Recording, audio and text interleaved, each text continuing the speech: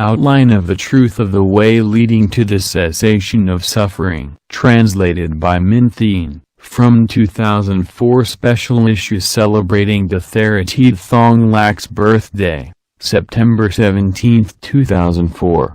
Mentioning about the truth of the way leading to the cessation of suffering, we all know that it is one of the four noble truths of humanity, i.e. 1. The truth of suffering. 2. The truth of the origin of suffering. 3. The truth of the cessation of suffering. 4. The truth of the way leading to the cessation of suffering, hereinafter referred to as the fourth truth. In this article, we only discuss the fourth truth instead of all four truths due to the lack of time, and we will mention the rest in later article. 1. This article was written by Theravada Thong Lak in 2004 special issue celebrating his birthday, September 17, 2004. Thanks to Bao Chao requesting him to provide correction to the topic of the Four Noble Truths. Why do we provide explanation of the fourth truth rather than the other truths? Dear all, the fourth truth has been lectured and explained by scholars in the past and at present, however, in a false way, and such falseness is so much that it has made this truth deviate from its true meaning. As a result, readers and listeners think that it is a method for practice without knowing that it is the name of classes. It is probably because those scholars did not comprehend the meaning of this truth, and thus their teachings has turned this truth into a practicing method as above mentioned. They have turned this truth into untruth. They've had no idea that the first discourse of the Buddha is about the four truths of all mankind rather than a practicing method. They have been so wrong to consider the name of classes as a lesson. For this reason, we see the necessity to give an explanation for you to understand the fourth truth more clearly and in detail. So what does the fourth truth mean? Dear all, the fourth truth is an ancient noun of India used to define the education classes of the moral foundation, which is based on the causality law and has human beings as its core to develop. Thanks to moral education, people learn to live without creating sufferings for themselves, for others and for all living beings. As such, it is divided into 8 classes for people to train their mind and body, i.e.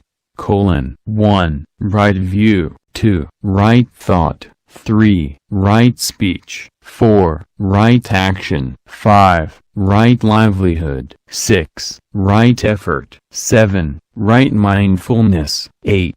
Right concentration. Dear all, right view is the name of the first class of the fourth truth. So what lessons are there in the right view? Right view is to study and train mind and body with the lessons of the four objects of unfailing purity, the organ of sight, the organ of hearing, the organ of smell. When one practices the four objects of unfailing purity, the power of faith appears. Right thought is the name of the second class of the fourth truth. So what lessons are there in the right thought? Right thought is to study and train mind and body with the lesson of the rules of mind performance, the organ of mind. When one practices the rules of mind performance, the power of faith appears. Right speech is the name of the third class of the fourth truth. So what lessons are there in the right speech? Right speech is to study and train mind and body with the lessons of rules of mouth performance,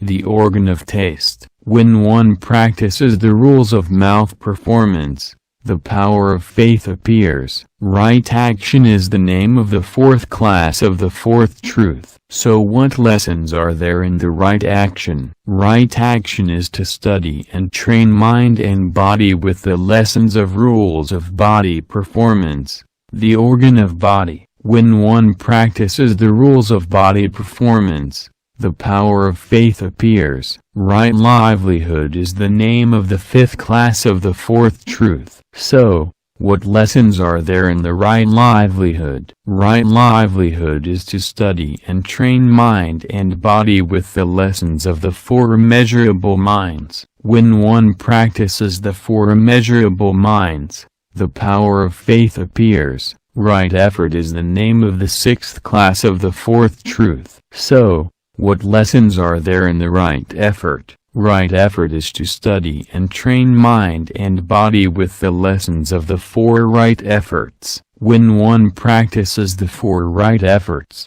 the power of zeal appears. Right mindfulness is the name of the seventh class of the fourth truth. So what lessons are there in the right mindfulness? Right mindfulness is to study and train mind and body with the lessons of the four places of mindfulness. When one practices the four places of mindfulness, the power of mindfulness appears. Dear all, when we have completed the seventh class, 7 abilities of liberation will appear. Such 7 abilities of liberation are called 7 limbs, factors, of enlightenment. 7 limbs of enlightenment are also called the 7 Bodhi shares. The 7 Bodhi shares are the 7 states of liberation of each one's mind and body. Only when the 7 limbs of enlightenment appear, could we have sufficient practice power. Such practice power is named the 4 sufficiencies. Thanks to the 4 sufficiencies, we start to study the 8th class. So what is the 8th class? Right concentration is the name of the 8th class of the fourth truth. So, what lessons are there in the right concentration? Right concentration is to study and train mind and body with the lessons of the 4 noble concentrations. When one practices the 4 noble concentrations, the power of concentration appears. Dear all, when we have completed these 8 classes, we will enter the 4th concentration. In the 4th concentration, we carry out the 3 insights. After carrying out the 3 insights, the power of wisdom appears. As such, through the 37 chapters supporting practice i.e., the 37 supporting methods of practice for these 8 classes, the practicing program of the 8 classes is methodical, clear and in detail. Certainly not vague as in the explanation of Mahayana scholars in the past and at present mistaking the 8 classes of the fourth truth for a practice method. This is uncouth, isn't it?